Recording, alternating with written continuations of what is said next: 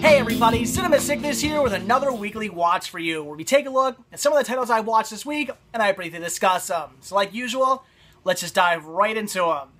So the first title I checked out was Killing Lincoln. Now this is what I really wanted to see, because I had no idea what this was going into it. And what I mean by that is, when I picked this up, I didn't know, was it a movie? Was it a documentary? You know, what was this? Because I only heard about this movie in name. I had not actually known what this was. And I saw, you know, it's narrated by Tom Hanks. I'm thinking, well, narrated, it's got to be a documentary, right? But I just didn't know. As it turns out, after looking up some more information on this, this is apparently a made-for-TV like documentary that was shown on National Geographic. And it definitely has that feel. It's one of those typical, very like over-dramatic kind of documentaries, which is very well done, very enjoyable. It's almost like you're watching a little mini movie, but documentary kind of mini movie where, again, Tom Hanks is narrating it, saying what's going on.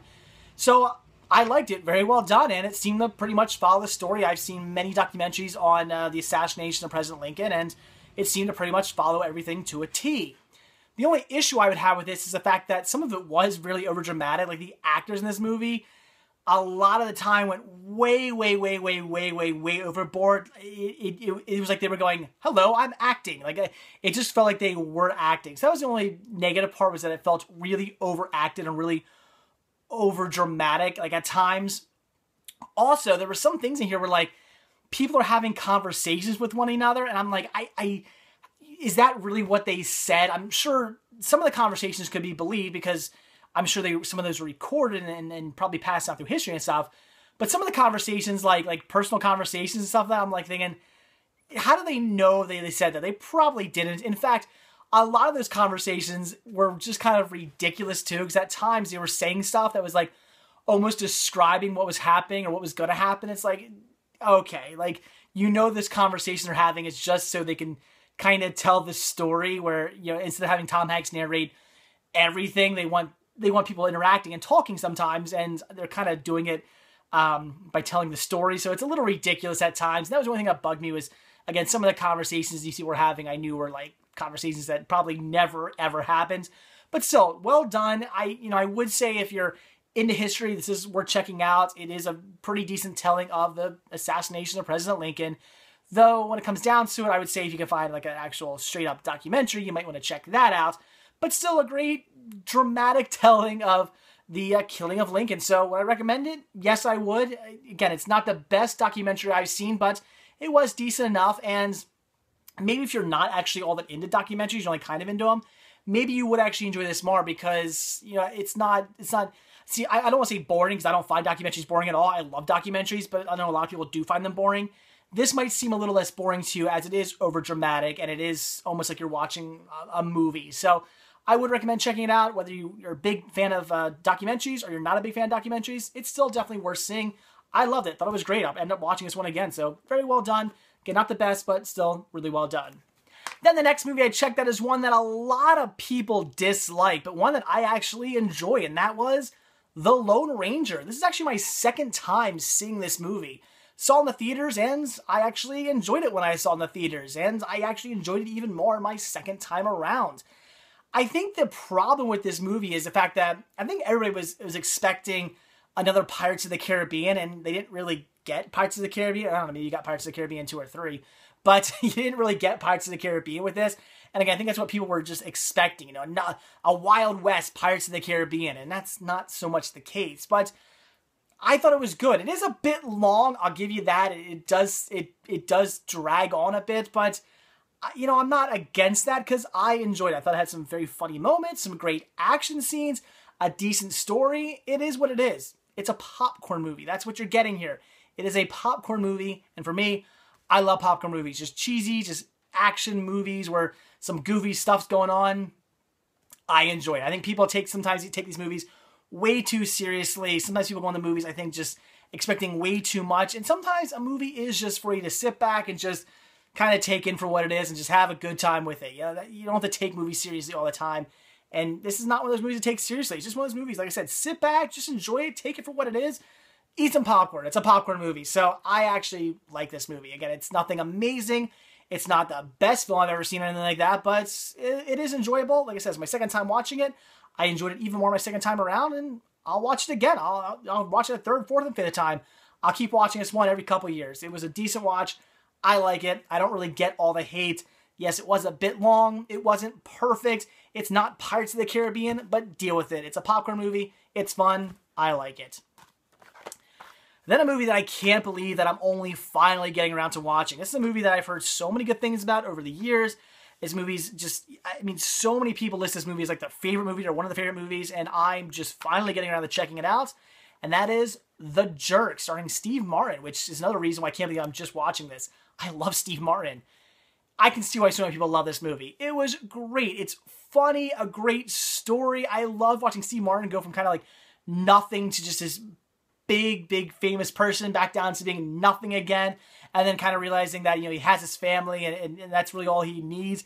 Good story, and just, again, Steve Martin in this movie is brilliant. He's so damn funny because he's playing this very, like, I mean, it's called The Jerk, but he's playing this just kind of like stupid character where he doesn't really get what's going on most of the time. He's just really kind of dumb, and then he does it becoming a bit of a jerk in the end, and that's kind of where his downfall was.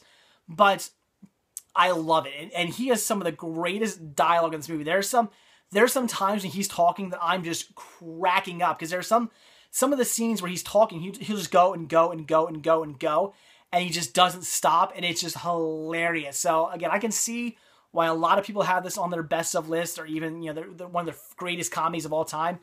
I get it. I mean, it didn't blow me away. I didn't think it was amazing, but it was definitely funny. It was very good. It's a great Steve Martin movie. If you're a Steve Martin fan, if you're just a fan of great comedies, this is one you should check out. Again, I can't believe I'm just getting on to watching this. That is a shame. I should have seen this movie years ago, but first time checking it out, and I loved it. Thought it was great. Very funny. Again, it's on a lot of people's best of lists, and I understand why. So The Jerk, check it out. So next movie I checked out is one I really wanted to see, as I am a big fan of children's fantasy movies. I tend to really enjoy them, and when having that discussion with some of my friends, I was told this is a movie I must check out.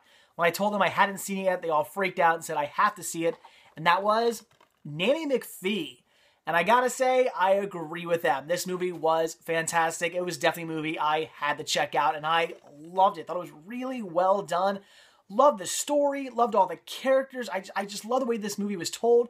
Again, a very heartfelt, family-friendly children's comedy. Just great all the way around. Loved Emma Thompson in this, playing Nanny McPhee. Loved it. I mean, she's a great actress, plus extremely beautiful in my opinion. She also wrote the screenplay to this, so really well done. I was in love with this film. Thought it was great. It's definitely a movie for children and for adults, because the children will love all the whimsical fantasy things that happen out throughout the movie, and all the, you know, all the zany wackiness things that happen. Whereas the adults, I think, are really going to enjoy just the great heartfelt story of bringing this family together, and I love that. And there are some serious things that happen in this, like the mother dying and the father, you know, having to raise these kids by himself and possibly find another wife. And I love, I mean, I love the fact that I don't want to spoil too much, but I love how that works out. So really just great story. I was a big fan of this, and yes, it was definitely a fantastic fantasy children's story that, if that's your thing, I would recommend checking out. Just great all the way around. I do like how it says here on the bottom, the new Mary Poppins, and that's amusing for a few reasons. One of them being because it's Emma Thompson playing Nanny McPhee, who does play the woman who created Mary Poppins in Saving Mr. Banks, so just kind of funny that a few years later she'd be playing that character. That's amusing, but it definitely is a very Mary Poppins-ish sort of story. There are similarities there. I mean, that's a very correct statement. It's this nanny coming to help this family out, and, you know, doing all these crazy magical things and teaching these children lessons and stuff like that. So very similar to Mary Poppins.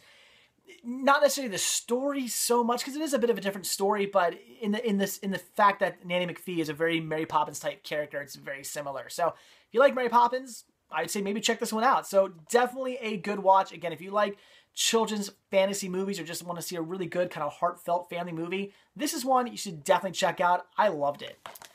Then a movie that I can't hold up and show you, as I saw this movie in the theaters, and that was Ride Along. It was okay. I mean, Kevin Hart, Ice Cube, it was funny. I enjoyed it. I say the problem with the movie is the fact that it was not rated R. I thought it probably should have been a rated R movie, because I felt that it's one of those movies that's definitely a rated R movie. It felt like it should have been. It felt like it should have been a bit more darker and a bit funnier at the same time. It felt like it should have been maybe more raunchy at times, but they kept it PG-13, and it is what it is. So, is it funny? Yes. Kevin Hart has some really funny lines in it. It's definitely a funny movie. Don't give this away. Screw it. I don't care. I'm gonna spoil this for you guys. I thought this was really cool. End of the movie, there's this bad guy all throughout the movie. You don't know who he is. They say, oh, nobody's ever seen him before. They don't know. Turns out to be Lawrence Fishburne. I thought that was so cool. I love Lawrence Fishburne. When he shows up in movies, I'm in. I'm like, Cowboy Curtis, man, I've just been a fan of his ever since Pee-wee. I love Lawrence Fishburne. And when he shows up as a bad guy, I was in. I was like, that's awesome. He just plays such a good bad guy, too. I loved seeing Lawrence Fishburne. It's just great. So sorry to spoil that for you, but it is really cool when he shows up. I had to talk about it.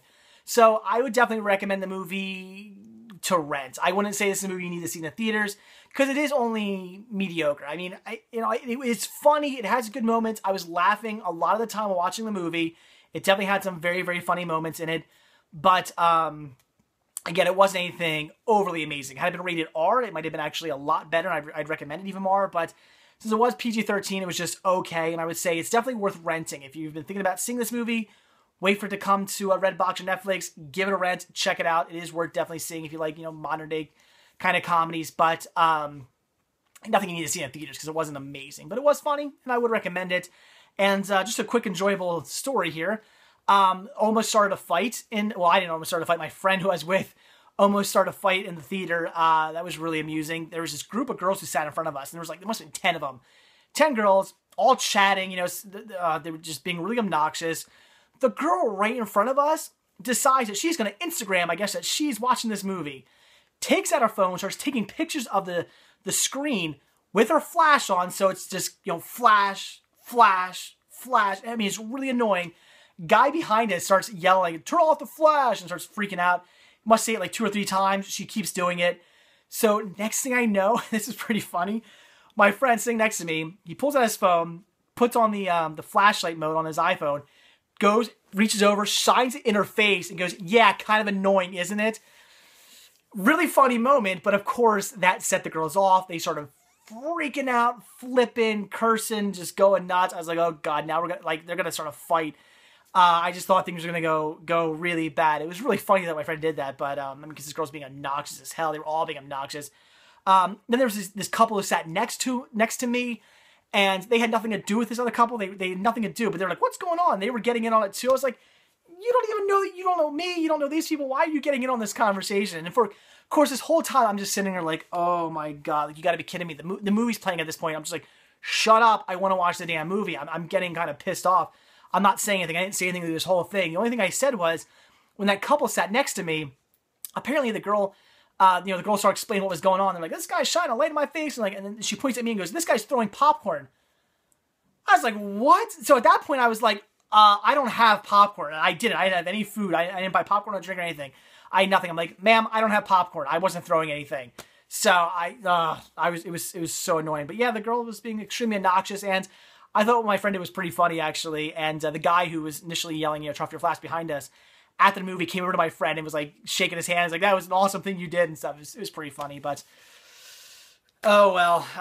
My wife warned me. For those of you who don't know, my wife is black, and she warned me that maybe me and my friend shouldn't go to black comedies anymore, because apparently that's what we're to expect at black comedies. I don't know, but yeah, she told me that maybe we shouldn't go to them anymore, or maybe we're gonna get in some fights. I don't know, but it was very very interesting story. Just one of those great stories to put into my my fun list of stories from theater experiences. But anyway, so that was that. So let's get into the next movie now. So next movie I checked out was Silver Linings Playbook, another movie I'd heard really good things about, and I loved it. Thought it was great, though once again, don't necessarily get all the hype. I didn't think it was anything amazing. It was just decent romantic comedy. I love the fact that the characters here are both like nuts. I mean, they're they're both like mentally insane.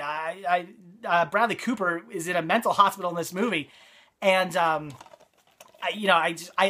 love to watch these two like just kind of crazy characters come together and fall in love, which of course is going to happen from the very beginning. I mean, the whole movie, it's like, are they going to fall in love? Are they going to fall in love? Of course they are. I mean, yeah, they're going to, had they not fall in love, I would have actually been shocked. But of course they do fall in love. So, I mean, Jennifer Lawrence was great in it too. If you like Jennifer Lawrence, there's some great yoga pants parts of this movie, which I definitely recommend checking out if you're a fan of her. She's quite good looking in this movie. But Robert De Niro, I thought he was great in this. This is one of the best movies I've seen him in. He plays a very serious character where he's got this like OCD like issue. So he's a little nuts in of himself, which is kind of where Rick Bradley Cooper gets his like craziness from as well. And I think he does a great job playing this really kind of serious character. I'm used to seeing him play kind of like, you know, wacky zany characters in like comedies, or just playing like badass characters in like darker movies, something like that, you know, like dramas and stuff. That's the way I'm used to seeing him, but I don't see him play these very like serious characters very often. I thought he did a great job, just really, really well done in this movie, playing again this great serious character with a lot of emotion. There's a great scene where like he's crying, and from what I'm told, he actually started really crying in that scene because I think his son has isn't he like mentally handicapped or something's wrong with his son, I think. So apparently this scene where he's talking to Bradley Cooper and starts crying, he actually started crying there, and really, really great. So for me, I thought Robert De Niro kind of stole the movie. I thought he was really good in this, and if you're a Robert De Niro fan, definitely check the movie out. It was really well done. But again, a decent story, a fun romantic comedy, and I mean, just for the fact that it's two nutcase characters coming together, I enjoyed it. It had some funny moments, had some great serious moments. Really good movie. I don't think it quite lives up to the hype it got. I don't understand why so many people like praise this movie. I didn't think it was that good, but it was a decent watch. If you're into romantic comedies, you want to see one that's a little bit different, because this is different. It's not very chick flicky. It's not that type of movie. It's got some of that to it, but it's got a bit more story than that going on too. So one I'd recommend checking out. And then the last movie I'm going to talk about is Nanny McPhee Returns. Now, this is a movie that I really want to check out because, you know, I really want to check out Nanny McPhee because I heard it was good. And this one, apparently, I heard from a lot of people and heard from my friends that this movie was just as good, if not better. This movie was just getting praise from my friends and other people I talked to about the movie, saying that this was a solid follow-up.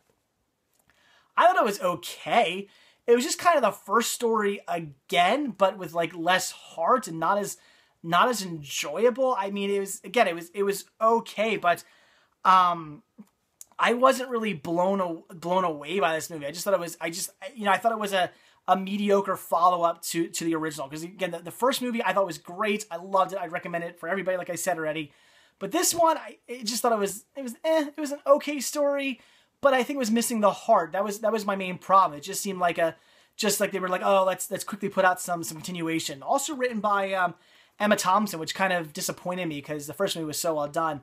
I was kind of like, how do you go from doing such a good movie to doing this movie? I didn't really get that. So I didn't think it was necessarily bad, but I didn't think it was a solid sequel. I just thought it was a mediocre follow-up. It's okay. It's just the same story again, but not told as well. They just kind of get right into things, which is like, well, I know we're already supposed to know the story from the first one, but I kind of wanted to build up again. I didn't want to it just seemed kind of lame when it's just like, okay, we're just gonna get right into this story, and here's, you know, Nanny McPhee again, and it's just like, I don't know. Also, like I said, kind of missing the heart. I didn't really feel it's families coming together, but I didn't really feel it as much this time. So just mediocre. It was all right. I also don't understand why they cast Maggie Gyllenhaal in this movie. That really makes no sense. These movies are, I mean, the first movie was great because it was like an all-British cast, and you have this, which is almost an all-British cast with the exception of Maggie Gyllenhaal. I love Maggie Gyllenhaal. I don't have anything wrong with her. I mean, I find her, she's beautiful, and I think she's a great actress, but I just, I didn't really get why they cast her. I think they should have cast another British actress, in my opinion. But, yeah, so can I recommend this? I'd say if you've seen the first one and you're curious, sure, check it out, but the first movie I'd say is a must-see. It's really good, very well done, but the sequel is just mediocre. If you have no interest in checking it out, you don't really need to. You're not missing very much, although I thought it was pretty cool at the end. One of the characters throughout the movie, I do like the fact that they tie her into the first movie. Thought that was pretty interesting. I didn't see that coming. I was a little kind of twisted at the end where I was like, oh, she's the chick from the first movie. That's pretty cool. I liked that. So that was interesting. I did enjoy that, but besides that, I'd say just, again, mediocre. Nothing you need to see. See the first movie, but the sequel, I only see it if you really want to. So there you go, guys. That's it for another weekly watch. So, like I said, all the titles were great. I'd pretty much recommend them all, except for maybe Nanny McPhee Returns. It's not that great of a movie, but it was just all right. But besides that, check them all out. So there you go, guys. That's it. Like I always say, if you like this video, please give me a like. If you're not already subbed, please do.